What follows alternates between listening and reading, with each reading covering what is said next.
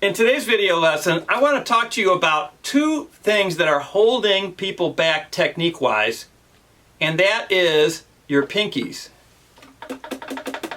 The pinky keys require so much more control than the other keys on the horn, and it's for this reason they are what I call reverse action keys, okay?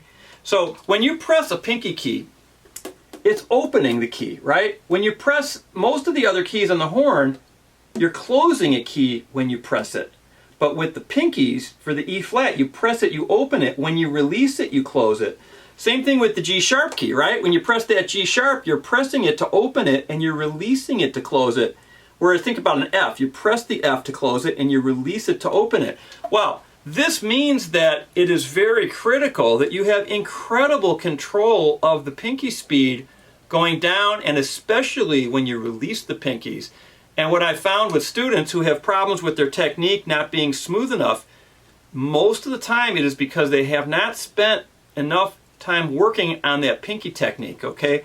Now, there's something in addition to the speed with which you press the pinky keys, and it is the position itself and the tension in the fingers. I'm going to show you two common problems that people have. It seems to be more often with the left than the right, but here it is. You got some students who are going like this. These are the people who are sticking their pinky straight out when they're playing. You know who you are, right? You've seen pictures of yourself going like this, right? Okay, these are the people, it's like you're having a cup of tea in England or something, right? It's like, you know, they're sticking their fingers straight out. You don't want to do that. This causes tension in the entire hand and arm, okay?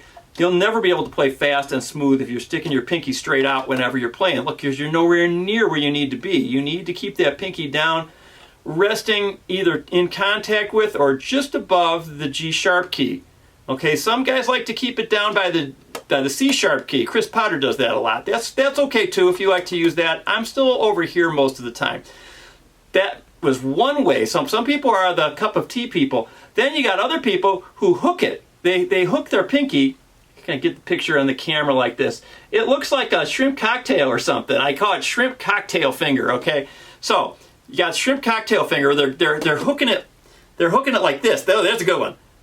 So you got some people who are, they're having a cup of tea. They're sticking it straight out, and then you got other people who are, their finger looks like a shrimp cocktail or something, right? Like it's hanging off the edge of a glass. That's not good either. That also has a lot of tension. You don't want this, and you don't want this. You want this. Just your normal hand position, nice relaxed, okay? You press the key, you release the key. So I have a few exercises. Same thing applies to the right hand. It doesn't seem to be as much of a problem for people on the right hand as it does on the left, but same thing. You don't want to stick your pinky straight out. You don't want to hook it like it's a shrimp cocktail. You want to let it be relaxed and just resting there. Like gravity, let it, you know, rest there on the key, okay? And just nice and relaxed, no tension at all. Here's another bit of advice. In my youth, I really damaged this knuckle because when I was playing flute, I was pressing the E flat key and I was pressing it beyond, it was already open. It doesn't take much weight on a flute to press the key, but I was pressing it. I had a lot of tension in my hand, and because of that, I've really messed up this joint. So be careful. I wish someone had warned me. You got to make sure, because there's no way to see it, but you know, the key is already open. You don't want to use 1 ounce of pressure beyond what it takes to press the key all the way down so that the key is open. Once it's pressed, you don't need to apply any additional pressure with either pinky. It'll slow you down, and it'll also injure your very delicate joints, okay? So be very careful with that, okay? I have a couple of playing example exercises for you to work your pinkies, and these are just some things that I like to do. They're just kind of fun, kind of tongue twisters for the pinky. Check this out.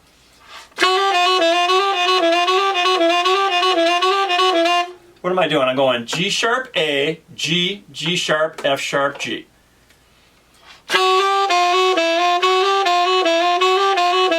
Try to keep your pinky down and relaxed and curved. This is sort of like, you know, Peter Piper picked a peck of pickled peppers, but for your pinky, okay? So, take your time with that. That's not that easy. And you can make up your own. You can even look for them in music if you want to play through some etude books, or play through some of my etude books or hip licks. There's plenty of situations where you're going to have some tricky moves with the pinky, but that's one I like to do. I know if I can do that, I'm in shape. Okay. Next, let's do the same thing for the right pinky. Here we go. 1, 2, 3. So the notes I'm playing are E flat to E to D to E flat to C sharp to D.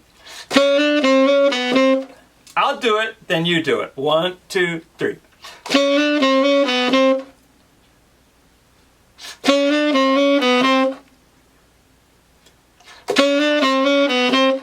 One more.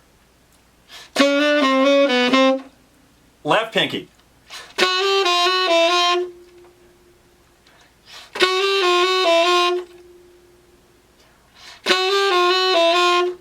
One more. Okay, now we're going to alternate. We're going to do them both. I'm going to do the left pinky and then the right pinky. 1, 2, 3.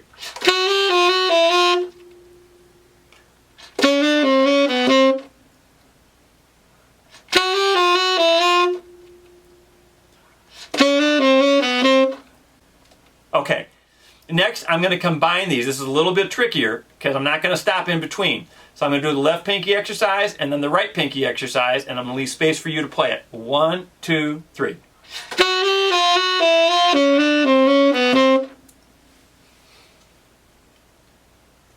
Again, a little faster. A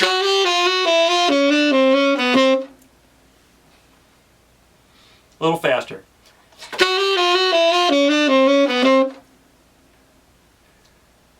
Again.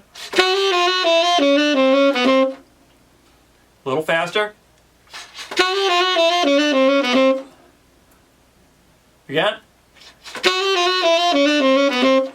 One more, a little faster. Another one. Okay, fast.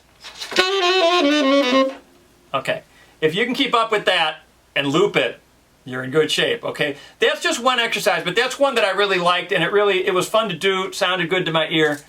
Okay, do that and try to make up a few of your own. Try to look for situations, look through Etudes 1, find every situation where your pinky is involved in the line, and see how smoothly you can play that passage. Pay particular attention to the speed with which you release the pinky, not just the speed you press it, but the speed you release it. They have to both be equally under your control. This is one of the #1 reasons why students come to me and their technique sounds sloppy. It's not because of the other fingers, it's the pinkies. As soon as I get them to have control over the pinkies, their level of proficiency and fluidity on the horn shoots way, way up. All right? Have fun with that. I will see you soon.